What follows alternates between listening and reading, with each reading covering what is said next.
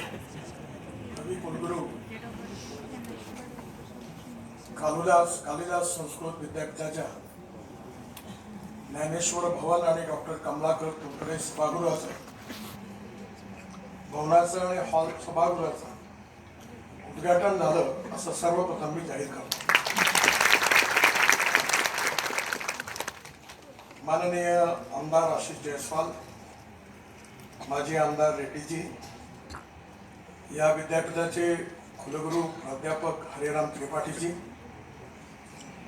माजी कुलगुरू उमा वैद्य, माजी कुलगुरू डॉक्टर पंकज चांदे, केंद्रीय संस्कृत विश्वविद्यालयाचे कुलगुरू प्राध्यापक श्रीनिवास वरखेडी, कुलसचिव कृष्णकुमार पांडे, माजी कुलगुरू मधुसूदन पेन्ना, त्याचप्रमाणे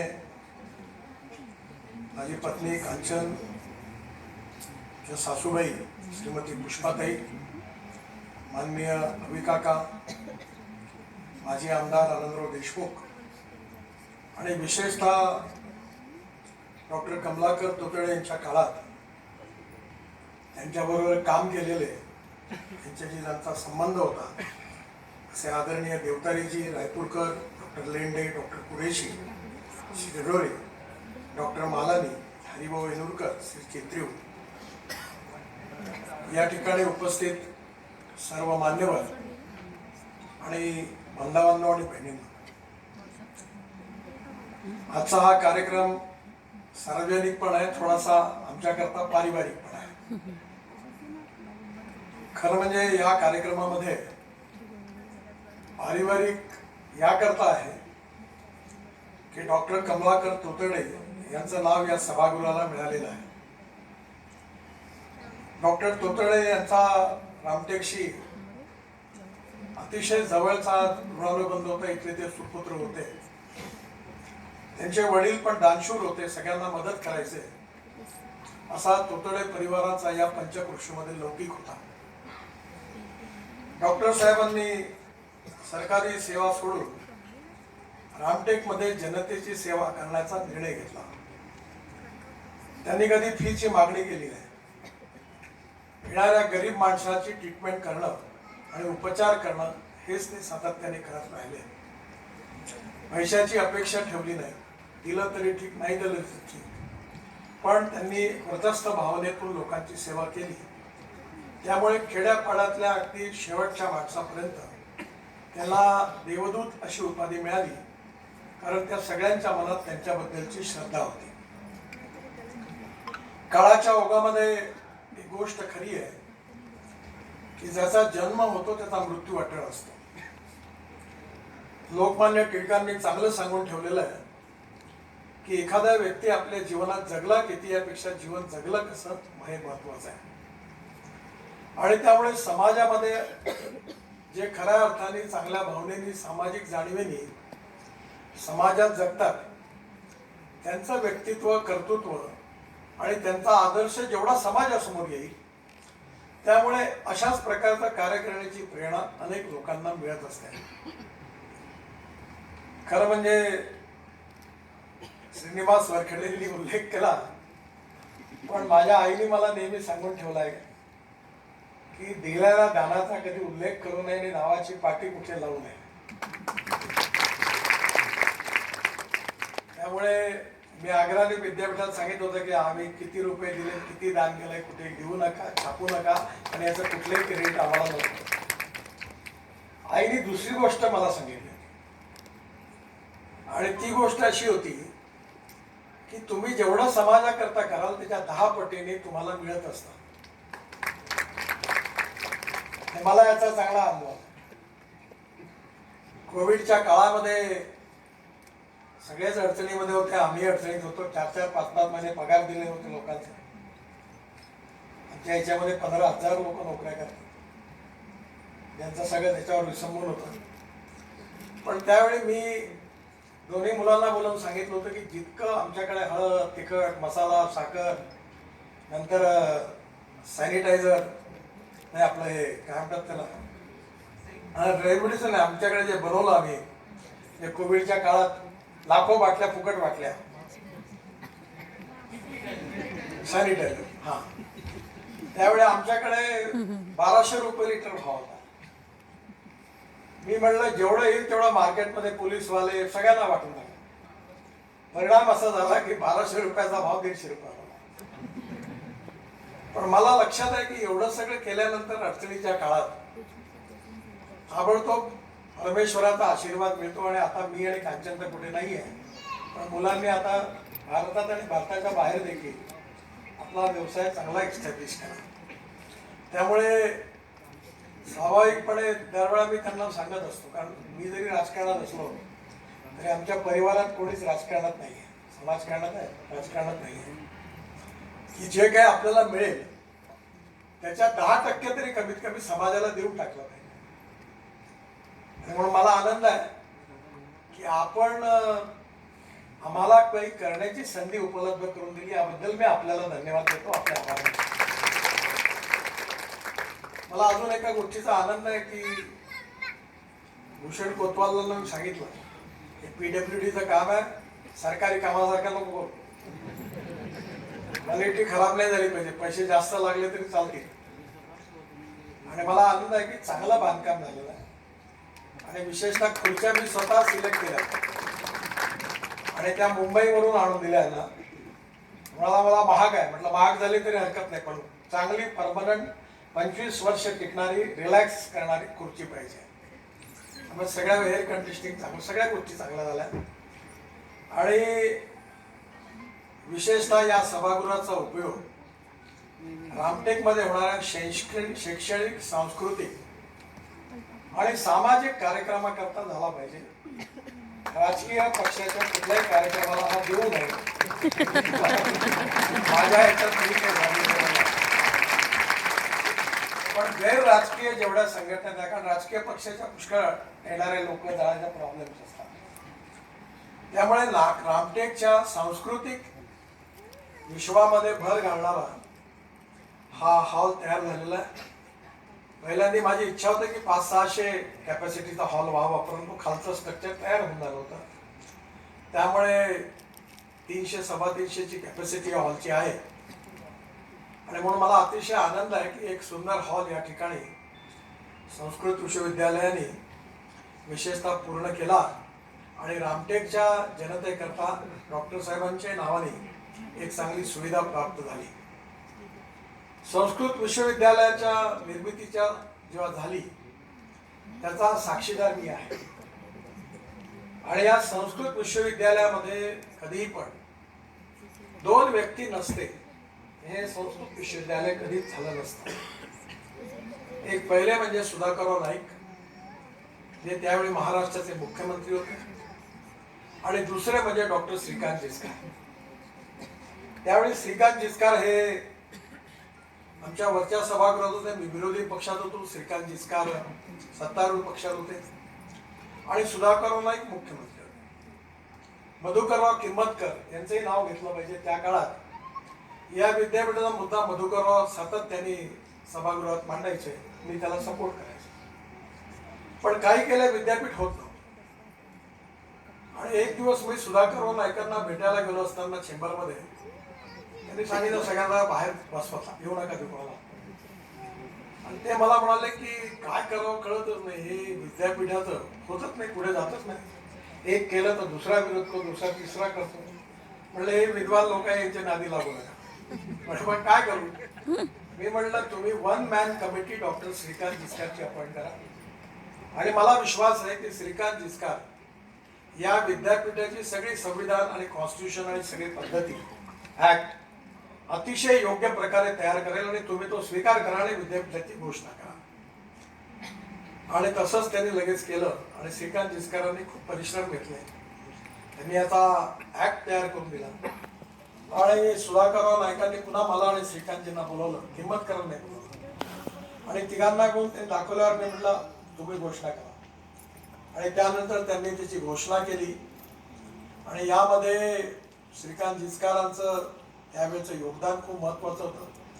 सुधाकरराव नाईकांची इच्छाशक्ती, मराठी साहित्य आणि संस्कृत याच्याबद्दलची त्यांची पण इच्छाशक्ती मजबूत होती.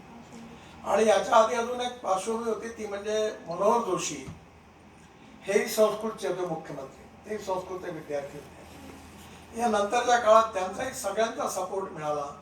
मनोहर जोशींचा विशेष रूपाने मिळाला आणि पंकज चांदे यांची या विश्वविद्यालयाचे पहिले कुलगुरू म्हणून निवड झाली.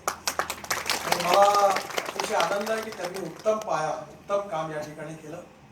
ते नागपूर विद्यापीठाच्या संस्कृत विभागात होते. एक मताने आम्ही सगळ्यांनी गव्हर्नरकडे त्यांच्या नावाची शिफारस केली, ते याचे कुलगुरू झाले. आणि त्यानंतर येणाऱ्या प्रत्येक कुलगुरूंनी या विद्यापीठाच्या कुलगुरू पदाची प्रतिष्ठा आणि सन्मान वाढवण्याचं काम केलं. याबद्दल या सगळ्यांचं मी मनापासून अभिनंदन करतो आणि त्यांना खूप खूप शुभेच्छा देतो. प्रत्येकाने आपापल्या काळामध्ये या विद्यापीठाचा लौकिक वाढवला आणि त्याचाच परिणाम म्हणजे आज श्रीनिवास वरखेडी हे केंद्रीय संस्कृत विश्वविद्यालयाचे आता कुलगुरू झाले. विशेषतः प्राध्यापक उमा वैद्य यांचं मोठं पार्टिसिपेशन या विद्यापीठाच्या एकंदर लौकिकात मोठं श्रेय आहे. त्याचप्रमाणे प्राध्यापक मधुसूदन पेनला यांनी पण पुष्कळ चांगलं काम केलं. आणि आता वर्तमान कुलगुरू हरेराम त्रिपाठी यांच्या मार्गदर्शनाखाली विद्यापीठ पुढे जात आहे.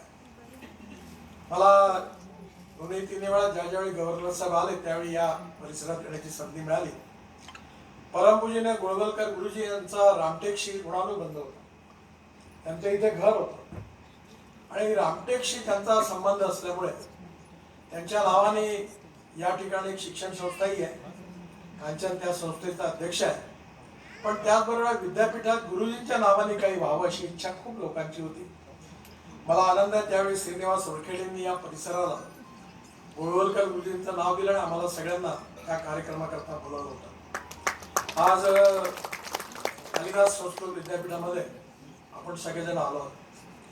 संस्कृत ही आपल्या साहित्याचा आत्मा आहे आणि संस्कृतमध्ये आज गैरसमजामुळे बऱ्याच लोकांना संस्कृतचं महत्त्व माहिती नाही. आज विशेषतः जर्मनीमध्ये आयुर्वेद आणि संस्कृत आपल्यापेक्षाही पुढे आहे आणि जगामधले सगळे जेवढे आहेत विज्ञानातल्या गोष्टी असतील बाहेरच्या सगळ्या संस्कृत साहित्यात आहेत. आणि त्यामुळे संस्कृत साहित्यात आणि विशेषतः संस्कृतमध्ये असणारं ते ज्ञानाचं भंडार आहे त्याचं अध्ययन, त्याच्यावर रिसर्च होणं अतिशय आवश्यक आहे. मला अतिशय आनंद आहे की या दृष्टीने संस्कृतला लोकाभिमुख करणं, सर्वसामान्य माणसापर्यंत पोहोचवणं याचा सातत्याने प्रयत्न विद्यापीठाच्या वतीने होतो. आता इथे प्राध्यापक उमा वैद्य यांनी भाषण दिलं. मला विश्वास आहे की त्यांचं संस्कृत भाषण आपल्यापैकी सगळ्यांना सहज समजलं. म्हणजे हळूहळू याचा जास्तीत जास्त लोकांपर्यंत ही भाषा पोहोचणार. त्यामुळे आपल्या इतिहास, संस्कृती आणि विरासत मधलं जे ज्ञान आहे ते ज्ञान प्राप्त होण्यामध्ये आपल्याला निश्चितपणे मदत मिळेल. आज या ठिकाणी रामटेकला गडावर खूप चांगलं या ठिकाणी येऊन आपण अनेक लोक आता इथे पर्यटनाचं सेंटर वाढलं, खेनशीलाही पण वाढलं. आशिष जयस्वाल यांनी माझ्याकडे मागणी केली होती, आता ती रोपवे पण मी मंजूर केली आहे. याचे भूमिपूजन केल्या आणि त्यामुळे या ठिकाणी येणाऱ्या काळात एक पर्यटनाचं जसं स्थळ आहे तसं तीर्थाटनाचं आणि श्रद्धेचं स्थळ आहे. आणि हे सुंदर व्हावं, इथला सगळा इतिहास लोकांना कळावा आणि मला विश्वास आहे की चांगली गोष्ट लोक पसंत करतात. आता आम्ही अंबोऱ्याला एक केबल स्टेट ब्रिज केला, त्याच्यावर रात्री लाइटिंग केलं आणि जवळ वरच्या टोकावर जिथून पूर्ण गोसीखुर्द दिसत तिथे टावर बांधलं, त्याला कॅप्सूल लिफ्ट लावल्या. आणि परवा मी आणि देवेंद्रजी जेव्हा वरती गेलो तेव्हा खाली काच लावली, खालून बघितल्यावर दुरून सगळं दिसलं ते. तर मला एफेल टावरची आठवण झाली, फ्रान्समधल्या, पॅरिसमधल्या. त्यामुळे आज आता तिथे एवढी रीग लागली आहे की आता अनकंट्रोल आहे, एवढा मोठा लोक सगळे जायला लागले. आणि तिथे आता एक लाईट अँड साऊंड शो करायचा आम्ही निर्णय घेतला. रेवती म्हणून तामिळ, तेलुगू आणि कन्नड क्षेत्रातली मोठी अभिनेत्री आहे, लीडिंग ॲक्ट्रेस आहे. तिला आम्ही काम दिलं कारण नागपूरला आम्ही संगीत A.R. रहमान यांना करायला लावलं होतं. कॉमेंट्री इंग्लिशमध्ये अमिताभ बच्चन यांची होती, मराठी कॉमेंट्री नाना पाटेकरची होती आणि हिंदीमध्ये गुलजार साहेबांना विनंती केली होती. आणि 5 ऑस्कर विनर जे जगात त्यांना ऑस्कर पुरस्कार ते संगीतातले त्यात त्यांनी कॉन्ट्रीब्यूट केलं. त्यामुळे एकदम कलाकृती चांगली झाली. रामटेकचा इतिहास, रामाचा इतिहास, या सगळ्या परिसराचा इतिहास देखील लाईट अँड साऊंड शोच्या माध्यमातून एखाद्या चांगल्या ठिकाणी जाणं खूप महत्त्वाचं आहे. आशिषजींनी महाराष्ट्र सरकारच्या वतीने आज मोठा सांस्कृतिक महोत्सव इथे होतो आहे. अनेक कलाकार या ठिकाणी येणार आहे. त्यामुळे ज्या ठिकाणी संस्कृत विश्वविद्यालय आहे कालिदासांच्या नावाने, आणि कालिदासांचं शाकुंतलापासून सगळी नाटकं आणि त्याचा इतिहास आपल्या सगळ्यांना माहिती आहे, आणि या ठिकाणी स्वाभाविकपणे या संस्कृत विद्यापीठाच्या आणि सांस्कृतिक वातावरणाचा फायदा घेऊन आपल्या देशाला सांस्कृतिक प्रेरणा देणारे हे स्थान व्हावं. कारण हे प्रभू रामचंद्राच्या पावन स्पर्शाने पावन झालेलं आहे. मला अतिशय आनंद आहे की आपण एकीकडे आता अयोध्येच्या 22 तारखेला भव्य राम मंदिराचं आता निर्माण पूर्ण झालेलं आहे, आणि दुसरीकडे आपलं रामटेकचं राम मंदिर देखील आपल्या सगळ्यांकरता, आपली महाराष्ट्रात, विदर्भात अयोध्या आपली सगळी रामटेक आहे. आणि या ठिकाणी मला विश्वास आहे की त्याच्या इतिहासाच्या अनुरूपच या सगळ्या माध्यमातून भविष्यात जे तरुण लोक आहेत त्यांना हा सगळा इतिहास नक्की त्यांच्यापर्यंत पोहोचेल. पुन्हा एकदा विद्यापीठाचे आभार मानतो की त्यांनी थोडे बहुत काही आम्हाला करण्याची संधी दिली, आणि त्यानिमित्ताने एक चांगली गोष्ट या ठिकाणी निर्माण झाली. आपल्या सगळ्यांच्या शुभेच्छा, आशीर्वाद, आणि विशेषतः कांचननी मी म्हटलं की मी माझ्या मामांच्या स्मरणार्थ अमरावतीमध्ये असाच एक मोठा हॉल, आपलाच एक आपल्या संघाशी संबंधित शिक्षण संस्था आहे, तिथे मोठा बांधायला घेतला आहे. त्यामुळे कांचनच्या वडिलांच्या नावाने हे व्हावं याचा विशेष रूपाने मलाही आनंद आहे. कांचनने मला कधी आग्रह नाही केला, पण मी तिला म्हटलं की आपण परिवार एक आहोत, त्यामुळे आई वडिलांबद्दलचं जे गुण असतं ते महत्त्वाचं आहे. त्यामुळे डॉक्टर साहेबांच्या नावाने तो निर्णय घे, आणि तिने या सगळ्या याच्यात भावनात्मक रीतीने या कार्यक्रमात ती आणि सगळेजण इन्व्हॉल्व होते. ज्यांनी आज डॉक्टर साहेबांच्या बरोबर काम केलं असे अनेक ज्येष्ठ काही लोक आज आपल्यामध्ये नाही आता, आणि त्यांचं वय बरंचसं झालेलं होतं, पण तरी त्यापैकी काही त्यांचे उत्तम सहकारी या ठिकाणी आहेत, आणि त्यांच्या समोर हा कार्यक्रम झाला ही गोष्ट देखील तेवढीच आनंदाची आहे. त्यामुळे या कार्यक्रमामध्ये ते सगळे उपस्थित आहेत, त्यांनाही पण धन्यवाद देतो. आणि पुन्हा एकदा कालिदास संस्कृत विद्यापीठाचे कुलगुरू, सर्व माजी कुलगुरू, सगळे प्राध्यापक, विद्यार्थी या सगळ्यांना खूप खूप धन्यवाद देतो. उज्ज्वल भविष्याची त्यांची कामना करतो, आणि माझं बोलणं संपवतो. धन्यवाद.